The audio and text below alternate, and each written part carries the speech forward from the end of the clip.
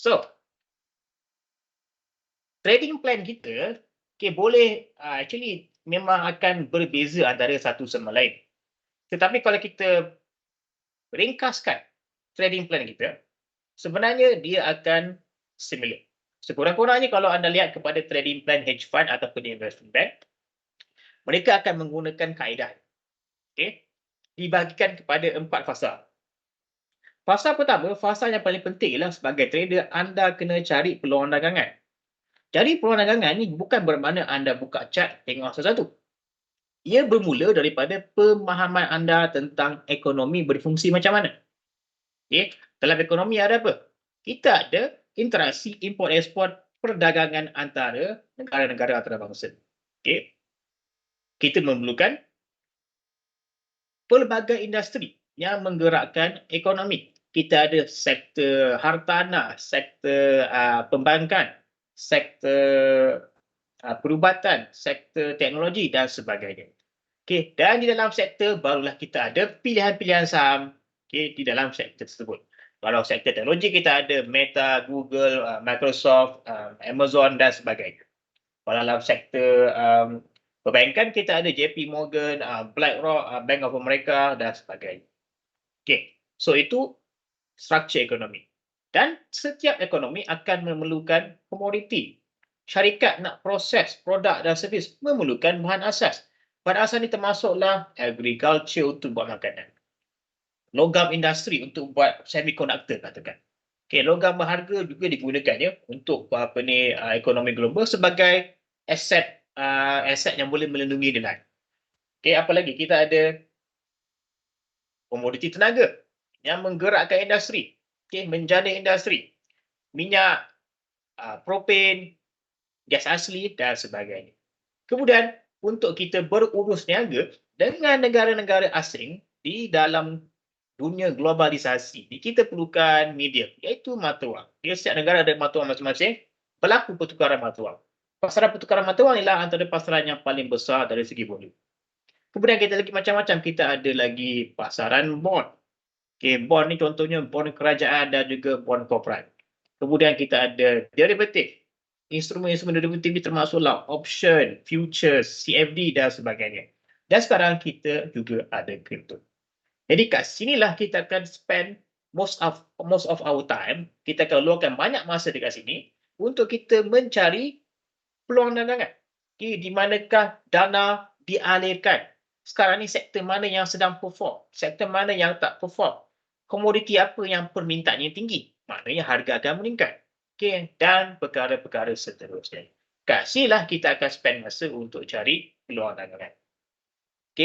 Kemudian fasa yang kedua ialah entry. Di sini barulah datang analisa teknikal. Kita tengok pergerakan harga, kita study behavior buyer dan seller, kita cari aras yang terbaik dan juga masa yang terbaik untuk kita masuk dalam posisi. Kita aktifkan posisi kita dengan tujuan nak menghasilkan keuntungan. Fasa kedua. Fasa ketiga ialah bila kita dah ada active position, kita dah ada portfolio, kat sinilah kita nak mengawal risiko kita ya. Kemudian akhir sekali kita merekodkan prestasi kita ya, sebab kita nak tahu adakah kita ni menghasilkan keuntungan atau tidak. Kat sini datang jurnal dagangan. Anda pergi mana-mana hedge fund, investment bank, anda pergi dekat dia punya trading unit. Anda pergi kepada dia punya trading desk, anda tengok mereka kalau dah simplify plan dagangan mereka akan menyerupai apa yang saya tunjukkan kepada anda sekarang. Ini dia. So, teknikal penting, tapi ia datang selepas anda menjana idea dagangan. Sebab apa? Anda boleh menjana idea dagangan dengan berkualiti ya. Anda mungkin tahu, sekarang ni adalah buy untuk Tesla katakan sebab anda tengok fundamental bagus.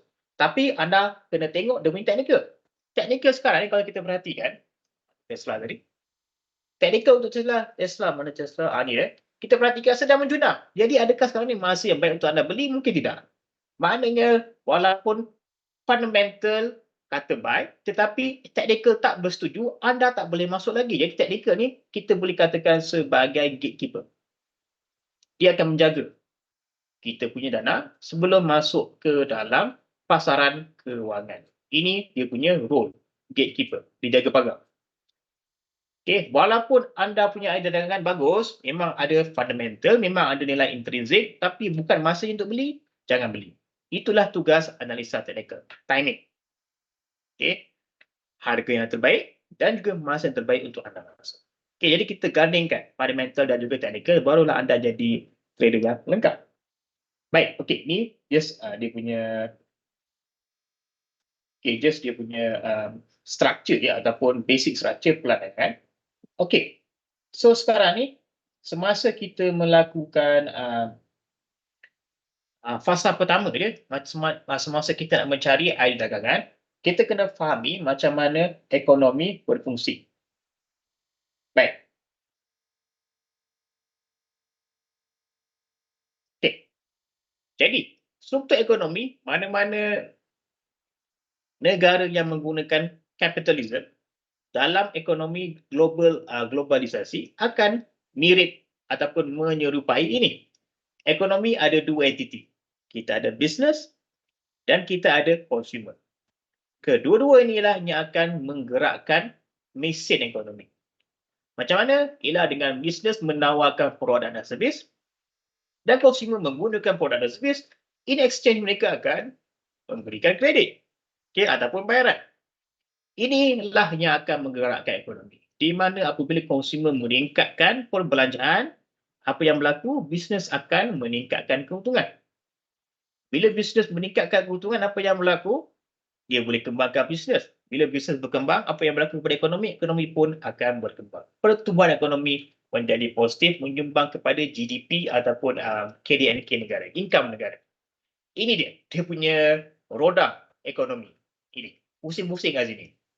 Okay. Dan barulah kita cabangkan sikit dalam bisnes, kita ada sektor perkilangan. Dan dalam bisnes juga kita ada sektor servis. Perkilangan ni kilang kereta, kilang makanan, kilang baju. Servis apa? Lawyer, engineer, arkitek, itu semua servis. Doktor pun servis. Okay. Kita asingkan kepada dua. Okay. Dan di dalam perkilangan kita ada yang bersifat cyclical, maknanya bermusim. Okay. Masa ekonomi sedang booming, syarikat macam ni buat untung banyak. Tapi bila ekonomi sedang perlahan, syarikat macam inilah yang akan pertama sekali jatuh. Okay. Itu adalah cyclical bermusim. Kemudian, kita juga ada defensif. Defensif adalah syarikat tak kisah apa cuaca ekonomi, fasa ekonomi yang mana, sama ada sedang ledakan, sedang kemerosotan, kemelisitan ataupun pemulihan, syarikat-syarikat yang ada ciri defensif boleh menghasilkan keuntungan yang stabil. Biasa syarikat defensif adalah syarikat yang mengeluarkan produk harian, makanan, tenaga, utility, air, yang kita kena gunakan walaupun ekonomi Malaysia untuk hidup, untuk survive. Ini akan boleh mengekalkan jualan walaupun dalam keadaan ekonomi yang Malaysia. Itu maksudnya. Servis pun ada, kita ada servis yang cyclical, kita ada servis yang defensif. Okay, tapi ada satu badan, entiti yang boleh mempengaruhi ekonomi secara keseluruhan, iaitu kerajaan ataupun bank pusat. Mereka inilah yang akan menentukan polisi kewangan. Okay. Adakah ekonomi patut pergi ke arah dovish ataupun hawkish? Contohnya, kalau dovish, ialah disebabkan apa? Disebabkan kerajaan ataupun bank pusat nak menyokong ekonomi yang sedang lemah. Kalau hawkish, maknanya kerajaan ataupun bank pusat sedang nak memperlahankan ekonomi yang terlalu panas.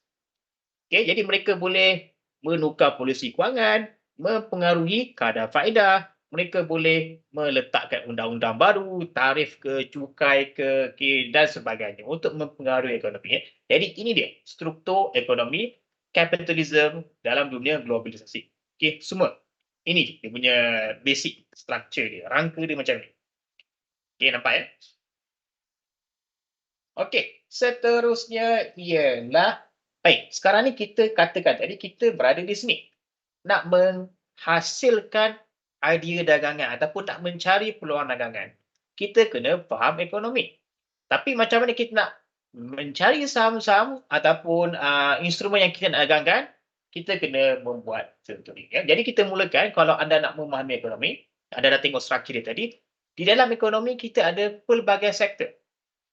Okey, dalam ekonomi kita ada pelbagai sektor, perkilangan, sektor hartanah, sektor perubatan dan sebagainya, pelancongan pun sekali. Jadi sekarang ni kita kena melakukan analisa sektor. Sebab ada sektor yang perform dan ada sektor yang tak perform ya. Bergantung kepada fasa ekonomi. Okey. So, pertama sekali kita akan memerhatikan GDP. Okey. Kita akan lihat kepada GDP Amerika Syarikat, GDP zon Eropah dan juga GDP China. Kenapa? Sebab 50% GDP dunia adalah tiga ekonomi ni. Okay, jadi kita dapat gambaran tentang ekonomi global, kita nak tahu arah pasaran global. Lepas kita tahu arah pasaran global sedang memperlahan ke, sekarang sedang memperlahan ya, ataupun semakin berkembang ke, akan menentukan arah ataupun posisi portfolio kita. Kita patut berat kepada apa? Berat kepada buy ke berat kepada sell? Okay. So, bayangkan anda buat checklist. Okay, baik. Itu dari segi makro yang atas sekali. Okay, kita nak tahu global ekonomi ini sedang memperlahan ataupun sedang berkembang. Kita pergi lagi satu level ke bawah, kita zoom in. Di dalam indeks pasaran, okay, katakan di dalam S&P 500 ke ataupun FTSE, anda akan dapati ada sektor-sektor yang berbeza. Dan setiap sektor ini mungkin akan berprestasi lebih baik antara satu sama lain dan juga lebih buruk antara satu sama lain. Katakan kita tengok ada sektor dan saham yang berprestasi lebih baik daripada purata indeks. Ini adalah calon untuk kita long. Okay, untuk kita buy. Kita nak carinya. Yang dia punya prestasi lebih baik daripada purata. Tetapi ada juga sektor-sektor dan juga saham yang prestasinya kurang daripada purata. Ini adalah tempat yang kita nak cari peluang dagangan untuk kita short. Okay? Ataupun kita nak sell. Okay, kita akan cuba memaksimumkan peluang keuntungan. Kita akan cuba cari posisi nak beli dan kita akan cari posisi yang jual. Kita ambil kedua-dua. Okay? So, mana datang idea dagangan? Okay, ialah dengan kita mengkaji faktor makroekonomi dan juga mikroekonomi. Makroekonomi ialah analisa, katakan, ini adalah laporan perolehan. Okay, ataupun earnings report untuk saham lah ya. Okay, apakah makroekonomi? Ekonomi global.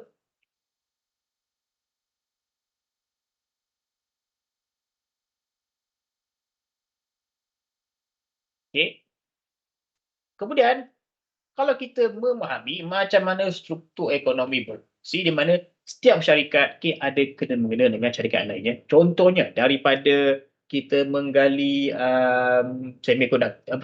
menggali silikon. Okay. Proses silikon tu nak menjadi bahan untuk semiconductor. Syarikat yang berbeza.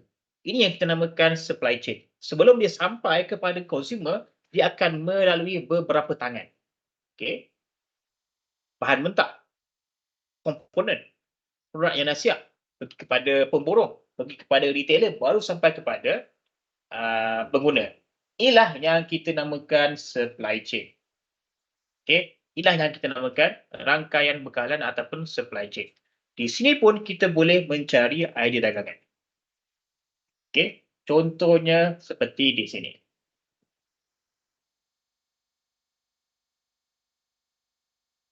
Okay? Ini. Rangkaian bekalan. Sebelum produk sampai ke tangan pengguna, dia akan lalui macam-macam proses. Okay? Daripada komoditi ataupun bahan asas. Okay? Kemudian pergi kepada pengeluar yang akan menghasilkan komponen, katakan. Okay? Ataupun the final product. Pergi kepada pemborong, pergi kepada peruncit dan barulah sampai kepada consumer, katakan. Okay? Nampak ya?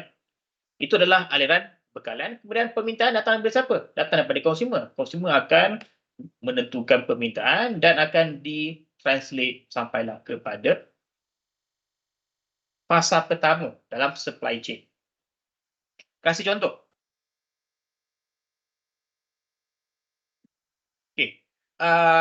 Komoditi, katakan kita cerita pasal agriculture. Gandum. Okey. Gandum kita gunakan untuk menghasilkan apa? Menghasilkan roti. Okey. Siapakah pemborong? Ini mungkin pasaraya. Okey. Peruncit. Okey, kedai dekat rumah kita lah basically ya, kedai runcit. Barulah sampai kepada pelanggan iaitu kita.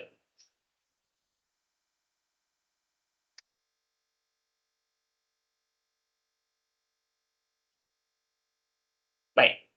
Jadi ini pun kita boleh asingkan mengikut syarikat. Ini adalah peladang. Pengeluar katakan yang membeli gandum dan memproses mi roti, katakan dalam kita Malaysia ni mungkin syarikat Gardenia. Okey. Kemudian pemborong pasaraya mungkin syarikat sekarang ni apa? Aeon katakan. Okey. Aeon. Okey, kedai runcit katakan kedai saya England kita runcit. Kemudian barulah sampai kepada pelanggan. Ini pun boleh menjadi clue untuk kita mencari peluang dagangan. Okey. Katakan, okey, katakan harga gandum berkurang. Okey, katakan ya, harga gandum berkurang. Okey, harga gandum jatuh. Apa yang berlaku kepada syarikat pengeluar Gardenia? Apa yang berlaku ialah mereka boleh meningkatkan profit. Okey, mereka punya profit boleh ditingkatkan sebab mereka boleh mendapat bahan asas pada harga yang lebih rendah. Kalau mereka maintain harga, mereka dapat membuat keuntungan. Okey. So, di sini pun kita boleh mencari peluang dagangan. Katakan kita tukar, bukan gandum, emas katakan. Okey, siapa yang melembur emas dan siapa yang memproses emas menjadi bar, whole bar. Pun kena mengena dengan supply chain. Rangkaian perkara. Kalau kita faham macam mana supply chain emas berfungsi, bila berlaku gangguan harga, harga naik ke atau harga turun, kita tahu pihak mana yang akan mendapat keuntungan dan pihak mana yang akan suffer. Jadi pihak yang mendapat keuntungan lebih itu kita nak beli, pihak yang akan suffer kerugian ataupun kos, kita mungkin nak short. Ya, sebab kita menjangkakan prestasi yang berbeza. Okay? Sebabkan kedudukan mereka di dalam supply chain berbeza. Okay? Baik. Seterusnya,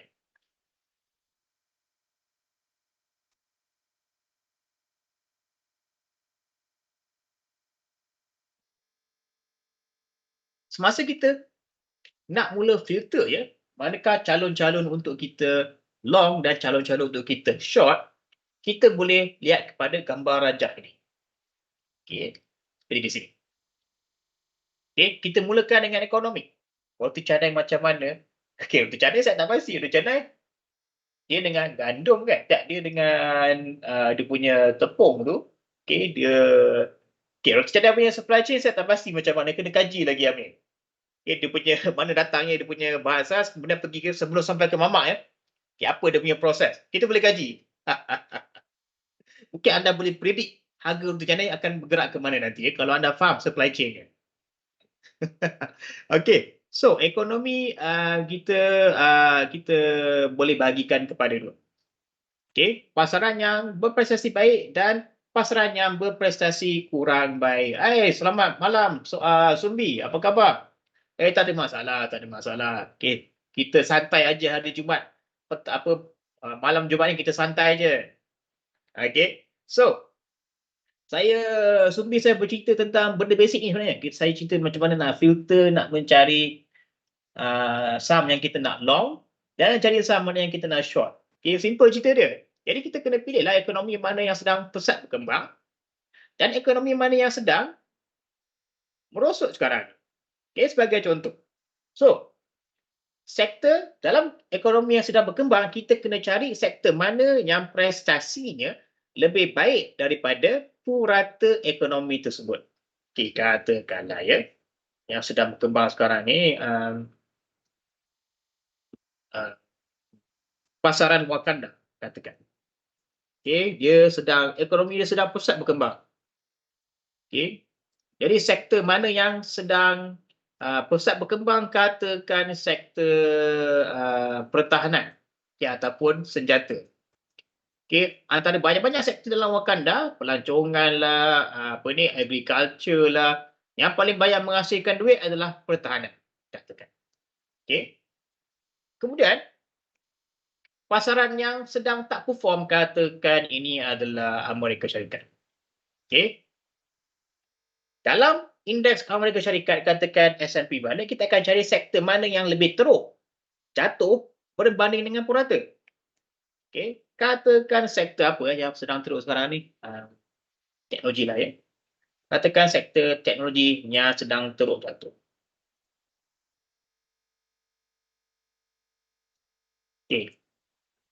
Kita dah tapis dah. Kemudian kita cari lagi dalam sektor pertahanan, syarikat siapa yang paling bagus prestasi. Ini kita kena buat microeconomy lah. Ini kita kena buat analisa fundamental ya. Buka earnings report. Katakan ini adalah syarikat T'Challa. T'Challa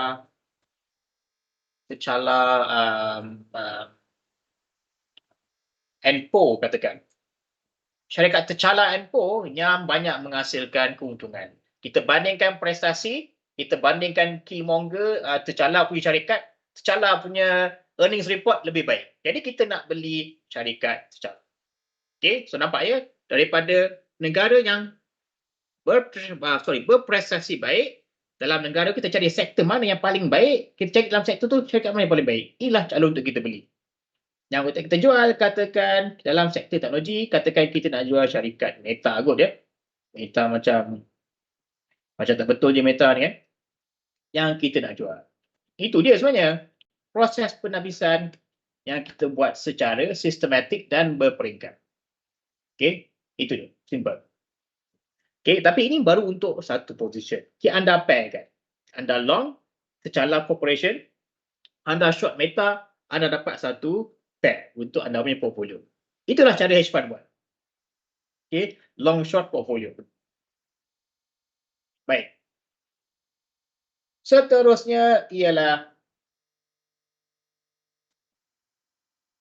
apa tu? Sumbi? Business weapon defense saya angkat tangan. Kenapa? Kenapa angkat tangan?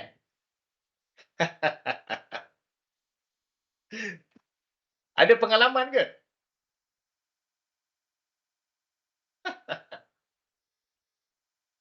Ada pengalaman ke?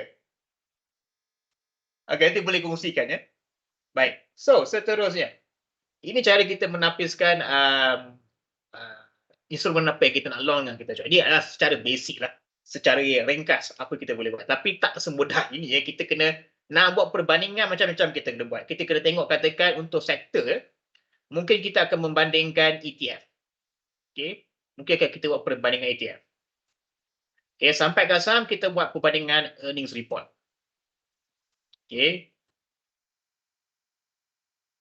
Banyak kerja sebenarnya. Sebab itulah saya katakan untuk analisa ekonomi ni ataupun anda nak membina portfolio, anda banyak akan spend masa dekat atas. Anda spend banyak masa dekat sini. Idea dagangan. Kat sinilah anda akan memang busy buat research. Buat research pasal ekonomi, bukan saja satu ekonomi, macam-macam ekonomi. Dah jumpa ekonomi mana yang sedang perform, ada kena buat research lagi. Mana sektor yang paling bagus? Dan seterusnya. Macam yang kita katakan ni. Jadilah macam ini. Pure apa dia? S&P pure boot. Sebenarnya saya bersama. Defense punya industri saya tak mahir sangat ya. Mungkin kita lebih sesuai dengan teknologi. Right. So, semalam saya bercerita tentang ni, Adobe, Sumbi, Amir, saya bercerita tentang Adobe, tentang dia punya fundamental, sangat bagus.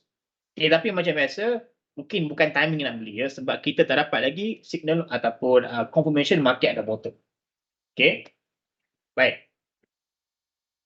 So, rumusan analisa sektor ialah apa tu Zumbi? Indonesia bisnes senjata forbidden kecuali ada related dengan National Army. Ini bermula daripada zaman Suharto ke, Zumbi? Ini bermula daripada zaman Suharto ke? Tapi di Malaysia juga, dahulunya Ministry of Defence kita tak boleh audit. Okey, kita boleh audit. Jadi macam-macam potensi hanky-panky berlaku di situlah. Okay, sebab defense tak boleh audit, jadi kita tak tahu. Sekarang dah boleh audit saya rasa. Di Malaysia sekarang ni dah boleh audit. Dulu tak boleh. Sebab tu anda dengar banyak cerita melalui Ministry of Defence ya, sebab orang luar tak boleh audit, kita tak boleh nak dapat data kan. Jadi senanglah kalau hanky-panky nak berlaku. Okay, kalau di Indonesia saya tak tahu, tapi kalau di Indonesia saya nak tanya mungkin zaman Soeharto ke yang mula, ya. Ya, zaman Soeharto. Dia background military kan. So, ya. So, kita dah boleh imagine lah, okay, apa dia punya direction. So, indikator utama ialah arah arah pasaran. Kemudian rangkaian bekalan kita nak cari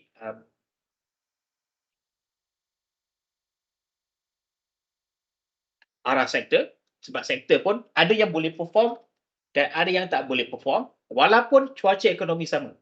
Okey. Baik. So, seterusnya. Ini pada slide saya. Okey. Jadi indeks pasaran, kemudian kita pergi kepada sektor, kemudian kita pergi kepada individual saham. Okey, jadi macam mana kita nak lakukan ialah macam ni. Indeks pasaran, kat sini kita gunakan makro. Kita tengok GDP. Okey, makro ekonomi. Kita tengok GDP, dia punya inflation, dia punya NFP, benda-benda macam tu. Sektor ni saya mungkin akan bandingkan ETF. ETF mana yang perform lebih baik daripada ETF lain. Ni ETF sektor lah maksud saya. Okay.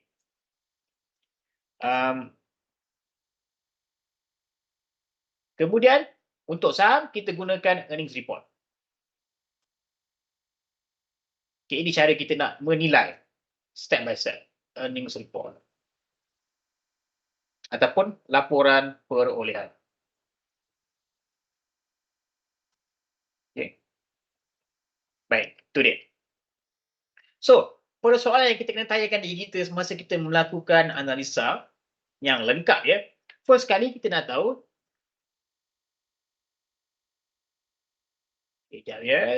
sektor mana berprestasi lebih baik ataupun lebih buruk daripada indeks. Yang baik itu kita nak long lah.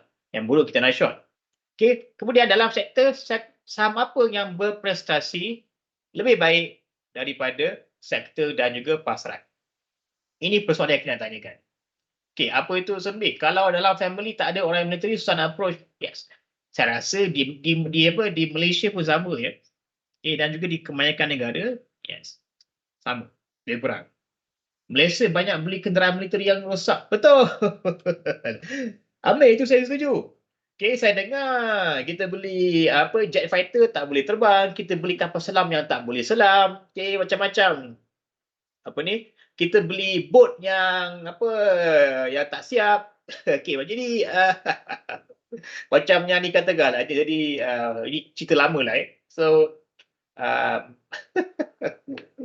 saya tak boleh nak komen lebih. Okay, jadi itu yang berlaku kalau kita deal dengan military ni. Sebab dulu tak boleh. Sebab bagi dia orang tak boleh kasih, orang tak nak kasih orang luar audit. Sebab bagi dia orang itu rahsia negara. Okay, itu mungkin saya boleh faham. Okay, tapi bila tak audit, tak ada orang yang scrutinize, macam-macam boleh berlaku. Ya? Jadi banyak penyalahgunaan kuasa boleh berlaku kat situ. Mungkin lebih transparent kalau anda trade military punya sektor di Amerika. Mungkin lebih transparent. Okey, boleh ya? So, itu dia. Ini persoalannya. Sektor mana yang prestasinya baik ataupun buruk daripada indeks. Kalau baik, anda nak long. Kalau buruk, anda nak short. Itu saja. Okey, tapi prosesnya panjang. Anda kena tengok makroekonomi, kena bandingkan ETF, kena bandingkan earnings report. Baru anda jumpa mana yang anda nak buy, okay, mana yang anda nak sell. Okay, nampak ya? Begitulah kita. Okay, next. Jadi kalau anda nak bandingkan earnings report, memang ada dia punya proses yang panjang lah. Saya cadangkan anda lalui proses tu. Baru anda tahu betul-betul nilai sebenar syarikat. Tetapi kalau anda nak gunakan shortcut, anda boleh gunakan nisbah PE tetapi tak semestinya betul ya. Saya cadangkan anda kena gunakan nisbah PE ini berserta dengan analisa makroekonomi yang komprehensif untuk syarikat itu. Jadi apakah itu nisbah PE? Ialah apakah pendapat peserta pasaran, apakah pendapat peserta pasaran terhadap nilai sesebuah syarikat. Bandingkan dengan pesaing dalam sektor yang sama. Itu dia fungsi PE. Price to earnings ratio. Ini dia. PE. Antara nisbah yang paling popular. Menunjukkan apa yang pasaran nak, apa yang pasaran tak nak. Sekurang-kurangnya apakah opinion pasaran terhadap instrumen tersebut. Baik. So ini dia. Jadi apakah itu nisbah PE? Harga yang sanggup dibayar oleh peserta pasaran ataupun pelabur untuk memperolehi syarikat punya earnings. Itu maksudnya. Berapa banyak yang saya sanggup bayar untuk mendapatkan earnings, pendapatan syarikat tersebut. Bagi kita sebagai pelabur, tengok diri daripada luar, kita ambil PE ni sebagai signal kualiti saham. Lebih tinggi PE, maknanya lebih popular. Itu saja. Tafsirannya ialah saham apa yang pasaran ingin dan tidak inginkan, dan kenapa pasaran ingin dan tidak inginkan saham tersebut. Ini dia. Kalau anda tengok PE sebuah syarikat terlalu tinggi, anda kajilah kenapa tinggi sangat. Tengok. Kalau dia punya fundamental bagus, dan anda pun bersetuju dengan pendapat PE, maknanya PE yang tinggi itu justified, itu dah jadi calon untuk anda lock. Jadi jika analisa ekonomi anda, analisa sektor anda, analisa saham anda selari dan bersetuju, ini dah menjadi idea dagangan anda yang anda dah boleh nak letak dalam watchlist, tunggu technical saja. Itu cara dia. Apa tu Sumbi? Military yearly budget tak pernah kena cut. Selalu naik tiap tahun. Jadi saya tengok dalam kebanyakan bajet yang saya nampak kalau dalam Malaysia lah, yang biasanya tak sentuh adalah military, education dan sekarang healthcare. Tiga ni yang mungkin ditakkan kurangkan, yang mungkin akan lebihkan. Tapi kalau sampai double triple tu fuyo. Memang kalau sesiapa yang berada dalam military, mereka ada projek membekalkan tender ke apa, memang sangat lumayan lah. Saya can imagine ya Subi. Baik. So, ini saya punya rumusan untuk hari ini. Idea dagangan ialah cara kita nak memastikan portfolio kita fresh. Maknanya, idea yang terbaik yang akan kita masukkan. Idea yang tak baik, yang tak menghasilkan keuntungan, kita buang cepat-cepat. Itu dia punya idea. Ini, katakan ini portfolio kita. Dan kita sentiasa yang mencari idea dagangan yang baru. Dan dalam kita punya portfolio ni, kalau ada posisi yang menguntungkan, kita biarkan. Kalau ada posisi yang rugi, kita keluarkan cepat-cepat dan kita akan gantikan posisi yang rugi ini dengan idea dagangan yang baru. Jadi maknanya proses ni memang panjang, berterusan sampailah kita tak ada lagi. Ini dia. Memang kerja yang memakan effort dan masa.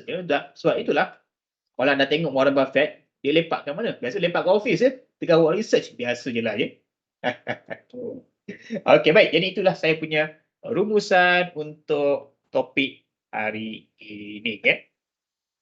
Kalau ada apa lagi soalan, mungkin anda boleh tanya ataupun anda simpan dahulu sebab kita akan ada lagi sambungan lepas ni. Saya dan Wani, kita akan berganding dan kita akan bercerita tentang perkembangan pasaran.